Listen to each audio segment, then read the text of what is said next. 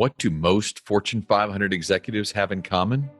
They learned important lessons on the fields and courts of their high school and collegiate sports teams. This is true for both men and women. Ernst & Young found that a whopping 94% of women holding a C-suite position played sports. Their wins and losses shaped their habits and who they would become. Join me on my journey to sit with some of the brightest executives in the world as we discuss how sports shape their professional trajectory. In partnership with Chief Executive Magazine, the voice of America's CEO community, I'm your host, Don Yaeger, and this is Corporate Competitor Podcast. With me for today's episode is the Chief Marketing Officer of SiriusXM, Denise Karkos. Denise was named Ad Age's CMO of the Year in 2019 and brings the lessons she learned as the captain of the soccer team at Notre Dame to her leadership. Denise believes that you should put as much effort into building relationships as you do your work. A perfect example of that is exactly how we got her on this show. Our mutual friend, Carlos Cata at Caldwell, connected us, and I am so excited for the opportunity to learn from Denise today. As always, remember to visit corporatecompetitorpodcast.com/132 or click the link in our show notes to download the fill-in-the-blank notes we put together for you. You always have 10 minutes left in you. The Cooper test was something we ran. The men had to run 2 miles in 14 minutes. We had to do it in like 16. Coach made it the same. No excuses, raised the bar, 2 hours of practice and sprinting for half an hour. There's no way I have another one in me. Yet you did. You think you have limits. You have no idea how far beyond those limits you can push them. But the bar resets. Denise, thanks so much for joining us. Thanks so much for having me, Don. I studied your success at Notre Dame, captain of the soccer team. You learned how to win, you learned how to handle defeat, learned all those great lessons to be part of a team. But I've read that one of the things you say often is that one of the most important lessons you learned came from your first years in the workplace, where you learned the value of relationship. Yeah. The very first job I got coming out of Notre Dame was working for an out-of-home media buying company. I bought billboards. To get into that company, I started as an executive assistant. It was pretty miserable. I was asked to literally type faster and staple better. And I thought, this is what my Notre Dame degree has earned me. I was going to say Notre Dame degree, and you got to learn how to staple faster. And staple better. I stapled diagonally, and my boss hated that and coached me on how to staple the way she wanted it stapled. I remember those days in the bathroom just crying of getting beat down for a bad stapling job and not typing fast enough. But that was just a way to get my foot in the door. And that was the first and only time I actually used a resume and a temp agency to get a job. Every job I've had since then has been about relationships, not resumes. It's relationships. If you can build a group around you of people who want to help you with your pursuit and what's next, people are usually up for the challenge to kind of help you out. So I quickly built a lot of relationships at that agency so that I could move on from that job and served it up to them on a silver platter. Let me take you out to coffee, to lunch, for beers, whatever it was. And let me understand what you do.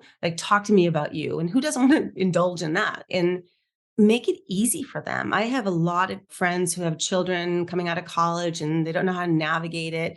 Some show up super prepared, and those are the ones that I'm going to endorse and sponsor. And some show up looking for me to do the work. That's never going to benefit them. Serve it up, make it easy, make it about them, and build those relationships. That's a never-ending task. I still continue to spend a lot of energy there. And by doing that, I was able to spend a very short period of time in that job and move over within the company to a better job and then ascending jobs from there. What a great takeaway right off the bat. Take people to lunch, take people to coffee, ask them about them. Don't try to spend all that time talking about you. Learn their lessons and build relationship as a result. That's exactly right. That's so powerful. I know that one of the real important aspects of that was you trying to learn what made people tick, asking the right questions. And that's an art form. Yeah, I think, you come out of high school, you have your buddies, you go to college, you form your new like groups there. And then all of a sudden you go into the business world and it's like square one again. How do I build my tribe? How do I really understand how people tick and how I can influence the things that I want to influence? It became for me a very important part of the equation to not just generalize and try to treat everyone the same and come at everybody as this extroverted body that is Denise, and instead meet them where they are and ask them questions about what motivates you and how are you successful in your job. And if you ingratiate yourself to people, they're willing to help. I was working at a company and a new boss came into the scene. I got along with him. I had good meetings with him, but my gut told me that I probably wasn't like an A player in his mind. And that's never going to suffice for me. So I watched who was very successful with him. Who was he saying, hey, let's go and grab a bite at lunch and let's talk about the issues a little bit further? Who was he wanting to spend time with? Whose office was he popping into? It wasn't mine. So I went to the person who was the beneficiary of that good relationship and said, I need to be a little vulnerable right now. I'm observant of how successful you are with this person. And my instincts tell me that there's something I could be doing better and that I could learn from you. Wow, I like that. And I did admire his ability to have that relationship. He was unbelievable because he does what I try to honor, give specific feedback you can apply immediately. Denise, I think you were the person in the front of the class raising your hand first, answering all the questions, and that got you so far. What is rewarded now, and definitely under this person, is asking the next 5 set of questions. He values deep thinkers, people who are curious. Next time he asks you something, ask 3 questions in return. I started doing it and everything changed. He saw me as an intellectually curious person rather than someone who's a tactical person answering the question the fastest. Be observant, be vulnerable, and then seek specific feedback that you can apply immediately. What you're teaching right here is also kind of a masterclass, if you will, on how to be a great mentee. There's a lot of discussion in the world about how to mentor others. One of the places I find great weakness is in teaching the mentee how to be best in class. Those who do it well get more opportunities to be mentored. Couldn't agree more. It is a two-way relationship that both require work. What are some of the best things, the mentees, the people that today you're getting a chance to help grow that are allowing them to stick and become memorable for you? It's so important that people are embracing who they are naturally, building your own personal brand, and leaving a mark. Right. When I talk to kids and try to understand how to best mentor them, what I really lean into with them is how they show up in that moment. And I pick apart the things that land with me because no one's coming out of college with anything that's going to impress anyone in terms of a career. They're brand new to the workplace, and that's fine. But are they confident? Are they humble? Are they communicative? Or are they passive? Are they introverted? All of these things can be wonderful traits, but own them specifically, and know that this is the brand that you're going to build and work on. And when your name comes up on someone's phone, you never want to be the one that's like, oh, this person's a pain in my, you know what? If you can't get someone to answer your call or take a meeting, you're never going to advance. Being a natural extrovert, I was doing a pretty good job of alienating introverts around me.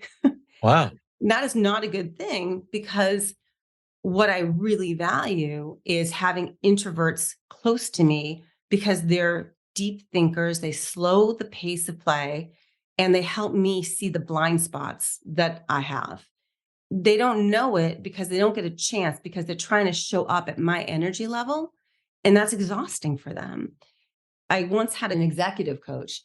He said, Denise, every time you get up in front of your team, you pull out the driver. Every now and then, a wedge is just fine. It's just fine. I think about it all the time. So I'm very aware of showing up and matching the energy of the people around me so that I can create an environment for them where they can really shine, be it an introvert or an extrovert. Match the energy of the people around you. Don't always pull out the driver. So, executive coaching as an athlete, you were coachable. That's one of the words that was used to describe you at Notre Dame. How have you developed an executive coaching relationship and how has that helped your growth? You never are done taking in feedback and applying it. Every culture is different, every team's different, every boss is different. And if you're not always open to learning more about yourself as you evolve and how to fit in or decide to move on, that someplace is not for you, I think that's critical to always be open to feedback. I've done that formally and informally. The formal track, an executive coach who has helped me originally to come on to help me really manage team presentations. How does my leadership team and I interact with each other? How do we get the most out of each other? Because through my career, I've had a lot of opportunity to merge teams from business acquisitions, TD Ameritrade and Scott Trade, or TD Bank and Commerce Bank, or now SiriusXM and Pandora. That's a large task to take two cultures, two companies, two marketing departments, and merge the teams together to get to kind of a unifying team. That executive coach started off by really helping me with that pursuit and was massively observational about my leadership style. He was keeping notes and had some feedback for me. That then began the personal executive coaching. He would come to my team meetings, he would come to my town halls, and he would give me feedback. Gems like the one I told you were a result of that relationship. We have a saying around our organization that feedback is the breakfast of champions. Sounds like you eat breakfast. I like that. I do. And I complement the professional coaching with the kind of more casual relationships. When I first got into brokerage, I was working with a bunch of people who were either professional traders or had grown up on the trading floor. And I had none of that experience. So I knew credibility was going to be a really big thing for me to establish. And I was going into a meeting in a couple of days and it was going to be virtual. This was predating Zoom. So it was just a conference call. There were a group of people in another state in a meeting room, and I was by myself in my office, and I had to lead this conversation.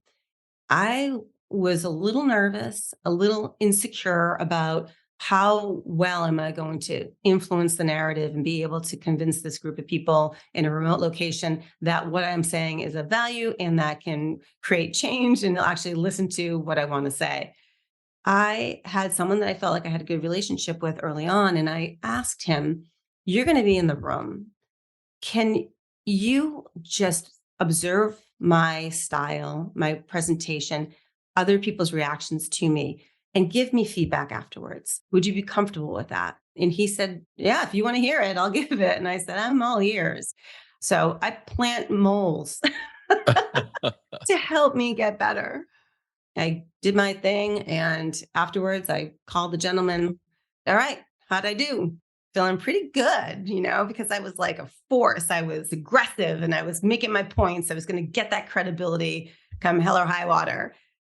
He said to me, "You really want to know?" "Yeah, I'm ready." And he said, "When you started really pressing forward with a little bit more of aggressiveness, the guy running the meeting muted the phone, said, 'I don't know what got into her today, but something's up her, you know what?' And then they all talked about the football game. No one listened. They kind of heard when my voice trailed off and knew to come off mute and participate, but I lost the room. Wow. I never would have known it I never would have known it. I would have kept saying, oh, probably a good meeting. I got through it. And this is a new style that's working in this company. No. Wow. Plant moles. I'm going to have to think about that one. That one's got high energy opportunities. One of the things about being an executive or being on the other side of an executive, there are a lot of people that always wonder, what's it like to be in your role? What's it like to be in that corner office? How do you try to make sure that you understand what it's like to be on the other side of you? How do you make the right impressions and create the approachable nature today that allows people to believe they actually can give you honest feedback? I remember walking past the boardrooms and seeing all these executives in there and thinking, oh, wow, like I'm intimidated by that room. I've been there just by the mere presence of having a senior title or being in a boardroom. I get it. Having that empathy and remembering that it's intimidating, even though it's me and I feel like I'm the most accessible human being, people aren't going to see me that way. Creating capacity for 15 minutes to talk to each person brought me closer as an individual. My door's always open. I try to like live by that, but now in a virtual world, I need to be more forceful about that. So I do 15-minute calls with every single person in my department. Just like I go around the horn, talk to everybody one-on-one, give them the time so we can get to know each other as humans. During COVID, that was really important because you saw people in a 400 square foot apartment in New York by themselves. I would never know that when I'm on a conference call with 40 people, that each one's either suffering or going through something in a very specific, unique, individual way, or having children tugging at their heels, or a dog that barks too much during calls. And then I have weekly team meetings, 30 minutes a week with everybody in the department. And we have guest speakers and just make it accessible. And we talk about how things are going. And then, of course, I have one-on-ones and team meetings and town halls and all that. Actually, I was on a town hall presenting the annual strategy. I started off by saying, I hope everyone's having a really good week. I actually have had a bit of a tough week. I was in a meeting yesterday and I don't know, I just feel like I probably gave it like a C effort. And I woke up this morning still not feeling great about myself. I'm sure we all have had those days, but this morning I went for a run. And as I was cooling down, listening to a little Post Malone, I said, when this song ends, that mental model, that negativity is going to stop. I felt great, had an awesome run, listened to the song, and then put it behind me. Now I'm going to go put a win on the board so that I can have a great, confident feeling going forward. I got more comments about that than anything I had done the whole prior year. The vulnerability of saying I didn't do well in a meeting as a CMO, talking to 260 people, the storytelling, just being true to like successes and failures benefited me quite a bit. And the fact that you were listening to Post Malone. But that's a very athletic mindset to be able to compartmentalize and put something behind you on to the next play, last play. We can no longer do any more about it. I can wallow in that one forever, but it'll cost me the next 3 plays if I do that. Right. Don't sacrifice your own success. Like in sports, if you lose, there's a game coming next week. You have an opportunity to put a very tangible win on the board. It's a little gray in business. If you're only using your own psychology to measure your success, then what's a win? What's a loss? You can really get in a trap and devolve into this, like I said the wrong word, that person made a face at me. You can really drive your partner crazy and take it out of the job and into your personal life. Every person does this. So yeah, it's an athletic mentality, but I think you can completely apply it to business. How do you apply what you learn in the field to work? It starts with defining a win for yourself and for your team. I worked in an ad agency and a group of us were going in to do the pitch and show the CEO what our thinking was for this pitch to win a new client. We went through it. And at the end of it, he said, okay, thanks. See you tomorrow. I was devastated. He didn't love it. I thought it was great work. It wasn't good. And I'm going on and saying that I really thought that was going to be really warmly received. And a gentleman who had worked there with this CEO for a longer time than I had said to me, Denise, he has way more on his mind than our little pitch. He's running a company. We lost a client yesterday. He's probably worrying about laying people off. Who knows what's going on at home? People have big lives and big jobs. Get some perspective. That helped me get over myself. I should have defined what a win looked like. And okay, phenomenal. We moved on. We didn't make any changes and went to the pitch. That's great. Expecting an attaboy and a good job, that doesn't happen. If it does, then wonderful bonus. But that's not normal life. Normal life is people have a lot in their minds and you got to define the win. And so what I do a lot with my team is, all right, we're going into this meeting. I understand our CEO. I spend more time with her than any of you have had the opportunity to. So let me benefit from that knowledge. If she asks a lot of questions, good job. That means she's vested and curious and interested. That's a good thing. Don't be intimidated. And by the way, be prepared for a lot of questions because that's how she operates and that's what a win looks like. Help with yourself, your own confidence, define the win. Then you kind of have a knowledge point of, did I win or did I lose? How did I do? If you can find something tangible to tackle, socialize the project and what you're hoping to accomplish, and then be able to kind of have closure on it, point to it and say, I said I was going to do this. I said I was going to achieve this. Here it is. And here's how it did. I keep a list in my notes section of my phone of the things that I feel good about and the things that I maybe didn't do 100%, always. At best, everybody's going to reward you for that and point to those things and say, okay, this is what she did. This is what he did. At the minimum, it's your confidence builder because you're going to forget the things that you're proud of because something bad's going to happen and you're going to focus on that. Keep a list of the wins. I also have a happy folder, notes from people that send me things that they're feeling good about or things that I've said that make them feel good. I save it all and I revisit it when I need a little boost. And for people who don't maybe have that competitive mentality, another angle I've used for people to kind of get the same point across is that maybe it sounds harsh, but sometimes I tell people, do you really think that they're going home thinking about your comment and the one meeting of the 20 that they were in that day? Get over yourself. They're worrying about the kids' college tuition and the next day and the board meeting. Like, get over yourself a little bit. Geez, you're right. Like, why am I being so egotistical thinking that the 10 people in that meeting are thinking about the one line that I didn't land? It's not real life.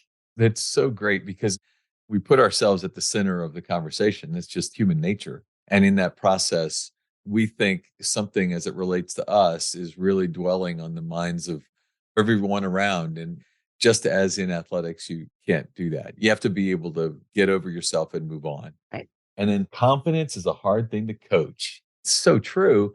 And having some kind of a log, what a wonderful use of your phone. Yes, exactly. Every once in a while, you got to pull yourself up, and those are the places to go.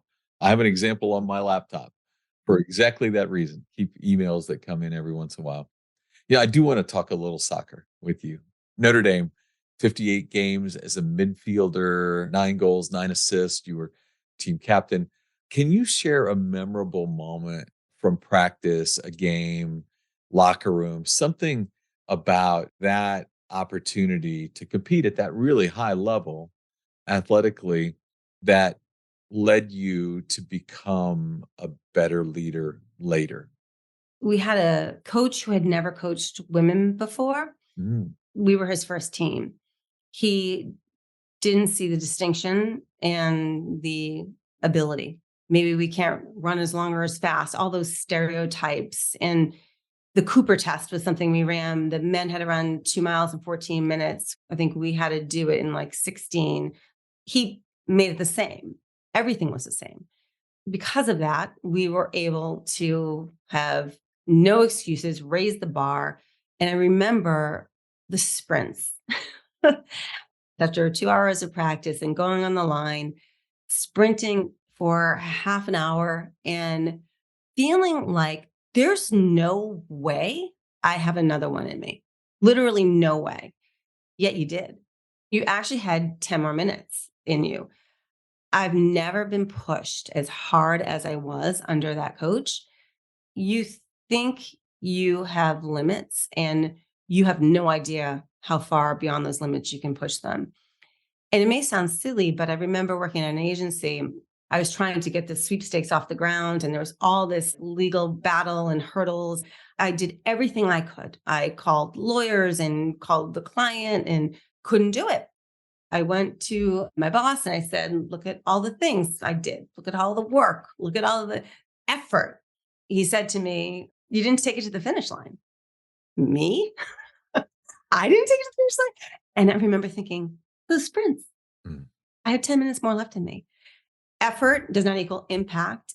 How can I really take it to the finish line? You always have 10 minutes left in you. You always have 10 minutes left in you. Your book titles are jumping off the page here. This is pretty good. Thanks, Tom. So many will tell you your mind quits long before your body is capable. What are you going to do with that next 10 minutes? Right. That's something I've carried with me. And we had the opportunity to play against Julie Foudy in Stanford.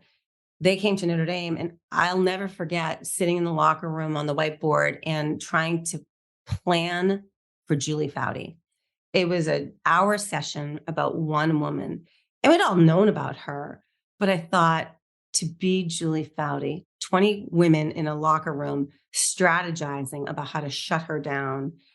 And I was the captain of Notre Dame, D1 soccer, but I was no Julie Foudy. It's about humility. It's knowing that you may have achieved your goal. For me, I aspired to be a chief marketing officer by 40. I got it at 42. I didn't get the CMO job prior that I tried for, so a couple failures there, but I achieved that.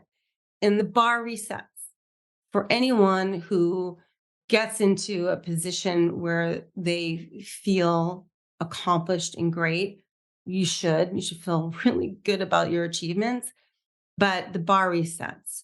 Look around you and start to learn from others that have also achieved maybe that level or something that you are admiring, and learn from them, recognizing that there's always another gear. And Julie Foudy proved that. And by the way, she killed us. She single-handedly brought us down, despite being triple teamed. I'll never forget. Wow. There are people that we will compete against in our professional lives who are just exceptional at what they do. They think more strategically. They are willing to give that extra 10 minutes or whatever it might be. Yeah, absolutely. And, I am part of a group called the Marketing 50. It's 50 CMOs from non-competing industries. I get to listen to Raja, the CMO of MasterCard, and his massive intelligence around data and analytics. And rather than being intimidated and insecure, I recognize that that's his brand and his greatness. I may never get to that, but how do I get to something that I'm as good at as Raja is at analytics? It's kind of become about accountability as a CMO. I've tried to be at every company I come to a CMO that shows up and kind of debunks the marketing language, what brand is and brand versus performance, all of those conversations that can hold marketers back. And I grow teams and groom them to talk the language of the business, to talk about ROI, to talk about growth, and be accountable to every dollar spent. Don't try to hide investments in influencers and things that may not have a tangible ROI. If you believe in something, put the case forward, but talk the language of the business and make sure that you're accountable to what you said you were going to do, whether it works or not. The bar is always resetting. Look to people who you feel are doing it at another level. Learn from them, either from afar, build relationships, even better. And then figure out what's authentic to you that you can really raise the bar on, that establishes your own personal brand, and you can really go deep on that. The bar resetting is so important. And how many of us have done it? I have to have a certain title by a certain age. Once you achieve it, for many, it's okay, that's cool. But you're 42 when that happens. There's still 20 plus years of career ahead for you. If you're not resetting that bar immediately and looking, okay, well, that's good. Now what? It will feel like fool's gold. That's exactly right. Yeah. You used the word team to describe those who work with you.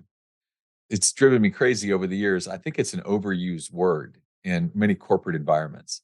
We talk about our team, but the truth is they're not a team. Often they're just individuals who have the same business card.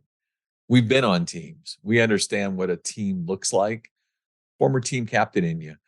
If you're trying to coach up a younger Denise on how to take a group of individuals and truly build them into something, give us a couple of starting points on how we can take our team and really make them one. You need to find ways to unite them. The obvious things are common goals, common projects, shared work streams. That's just the practical, functional nature of a team and business. When I was at TD Ameritrade, I had been there for years prior. And when I first got promoted to CMO, I got on my all department call to let them know. I said, we all got promoted today. Mm. I made that about the department. And it's true. It's not just BS. Our whole function was just elevated to the CEO's table. We earn this. One person does not do this. Today, it's serious. When Jennifer talks about marketing on an earnings call, my weekly calls I'm on, I'll say, I hope you didn't miss that. That's you. We earned airtime on the most important call in Jennifer's calendar. That's because of the hard work that you've done. Uniting them to the business and making them recognize when they've achieved something that has deserved mention on an earnings call, that's a big deal. So I never look past those moments to unite them behind a positive message. That's really important.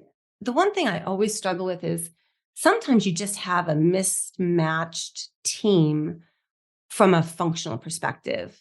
Maybe there's someone who is doing a very narrow function that's important as a direct report. And then there's others that are doing things like brand or performance that are getting all the airtime. And I once had a CEO tell me, you don't have to classically structure your team meetings to be inclusive of everybody. Maybe your team isn't your team. Maybe you've got two teams. I actually have never embraced that feedback. I still think about it because it's true. You feel it in a team meeting. You see people who are quiet. You see people who are engaged. You see the camaraderie with some and lack of with others. Maybe it's because I'm competitive, but I want to fix that. I want to unite that. I don't separate the meeting as a result of that. I go and I talk to the quiet ones. I talk to the people who maybe are very narrow in their scope and ask them for ways I can help bring them into the conversation more. Or I'll go to the one in my team who's massively extroverted and say, like, can you pull this person along, bring them into some of the conversations? Probably a lot of the same things you would do as a team captain at Notre Dame. You can't, nor can the coach, truly touch everybody as often as they need to be. You need to have culture carriers, if you will, people who are your extensions. 100%. And actually, to that point, I have weekly team meetings in my directs, but then every other week is with their directs. So when I talk about in those meetings, they're like, you are the leadership team. It's not just 8 people, it's 16. This is the team. And we are the culture carriers. We talk about that. People are going to look to us to be the ones who really move the culture forward. And that also helps with the unifying of the teams because then it's also not just me always, it's my directs as leaders too, bringing their teams along, making sure it's not always just my voice. Those weekly all department meetings, we do a rotation where each of my directs leads it. That's unifying too, because it's like, did you learn from the person prior and how are you going to show up? And we have a Slack chat that's just for our directs, cheering them on and making sure that they're feeling encouraged and supported. Our CMO direct Slack channel is really important. That's where the casual emojis come out and the pictures of an engagement, the things that make you really want to fight for each other because you like each other. That's where the magic happens. That's a great one. When you were talking about your role as a leader, connecting the dots for your team as to what they're doing as it relates to an earnings call, really important discussion there about how, as a leader, we need to make sure that people understand what they're doing and how it relates to the bigger picture. And often we might assume that everybody gets it because we get it. But as a leader, you can't do that. And I'd say spending the time with each individual on your team so you know them helps you have empathy for the day you're in front of them talking about corporate OKRs and goals and EBITDA targets. That doesn't mean anything to someone who's proofreading for a living. You know that because you ask for feedback and you ask what you could do better. And in business, super imperative to connect those dots. And by the way, have people debunk some of the things, the terminology. And I've had our CFO and people in finance come and talk to our team about, let's ask the silly questions. What's EBITDA? Define that for us so that everybody understands. I know people don't always understand a lot of the language that comes out of those earnings calls, and recognizing that and bringing in the people to really share the definitions and all that. But then also me personally in my directs, how do we make it real and connect the dots for people at all turns? And that's not always easy. If your job is managing a workflow tool, like how do you connect that to driving revenue? It's not always easy, but there's ways to do it and you have to care because otherwise people, they're alone in their apartment doing a job and not feeling like they're part of something bigger. That's a lonely place.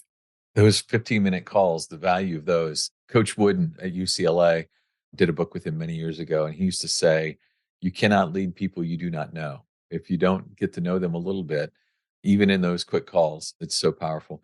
One last thing I wanted to touch on about something you said earlier that really caught my attention. Your experience merging teams in some of the different organizations for those of us who end up in a place where we're leading a team that suddenly is grown by addition. And we know that when they walk in, their first question is going to be, who's on which team? Right. Is there something that you can teach us that you've learned through that blending process that's made that leadership a little bit easier or better for you? This one's all about communication. When we acquire companies, I always talk to my legacy team and say, for the next 3 months, I'm going to be spending 90% of my energy getting to know the new team. If you miss that step, then all of a sudden, the people who may have felt secure feel massively insecure because the leader is gone, absent. And then to the new team, recognize that, like, you've got to be feeling really vulnerable right now. And I understand that. And my job is to be as communicative as possible as soon as I can. And if you ever are feeling nervous, pick up the phone and call me, send me a Slack. There should be no chasm. I will tell you everything I know when I can. I'm here. Being a human being and letting people know that I understand you're not feeling great right now. I'm going to spend the energy. I'm going to make myself available and I'm going to talk to you as soon as I can. So, setting the stage for what my priority is going to be so that I can really understand the new team, and then making sure that everyone's empathetic. We're all going through this together and people are at different phases of their confidence level, and bringing people along and trying to be as human as possible through the change. All about communicate. You cannot communicate enough. You just can't. People just don't listen the first 3 times. You have to continue to be physically present. I know I'm saying this in a kind of COVID type of era, but showing up and spending the time and energy. Like I spent a ton of time in Oakland, California when I came on board at Sirius because we bought Pandora. I would never, ever, ever say, geez, it's kind of a pain for me to like be flying from Maine to San Francisco and going to Oakland every week because this is what I signed up for. This is my job. No one cares about that. They care about themselves. And I need to make sure that they know I care about them too. Boy, that is such great instruction. And I talk to companies all the time who are going through mergers. So this is really valuable. You regularly discuss the importance of leadership and developing good followership. Can you dig in a little on how to develop good followership in a way that might be helpful? Yeah, we've talked a lot about leadership. That feels almost an individual pursuit. Me being a leader and refining my leadership skills, it's all for naught unless you've also built followership. What gets played back to me is people don't want to let me down. They know I care, and we've built that kind of emotional connection. If you can really build followership where people believe in you as an individual, will go with you to the next job, you nailed it. Denise, you have been just a font of wisdom today. I'll cheer for Notre Dame soccer now, just for you. Thank you, Don. On top of that, I just want to thank you for investing your time in making us all better corporate competitors. Thanks so much, Don. It was a pleasure. Before I jump into my top 3 lessons from Denise's interview, I wanted to thank everyone who listened last week and jumped at the opportunity to connect with me on our website. I love hearing from listeners. So if you enjoy the show or you want to connect with our team this year, I'd be so grateful if you filled out the form at maxwellleadership.com/Don Yaeger. So let's review a couple of Denise's nuggets of wisdom. I have to tell you, there were so many. As Savannah and I were preparing for this outro, it was difficult to whittle them down to 3. But the first that I really took away was the discussion about being a good mentee. How to seek wisdom from other people, but then be good at listening and becoming the mentee that others want to continue to mentor. She talked about being observant, watching what it is that made other people successful so that she could be specific in the questions that she asked. The need to be vulnerable when you're in that relationship as the mentee. Be honest about what it is you're asking for in a way that will allow the mentor to feel more invested in helping you. And then she talked about asking for specific feedback that she could apply immediately. How valuable is that? Let's get specific. Let's ask about what I do that I could do better, that if I made myself better, the entire operation would be improved. The second big takeaway for me came from her discussion about the coach at Notre Dame who had never coached women before and pushed her team many times with some of the same drills that he ran for men athletes. She said that he expected the same of us. Many of us complained about it. But what she learned from that was that you always have 10 more minutes left in you. You have something a little deeper, another gear you can reach if you were to try.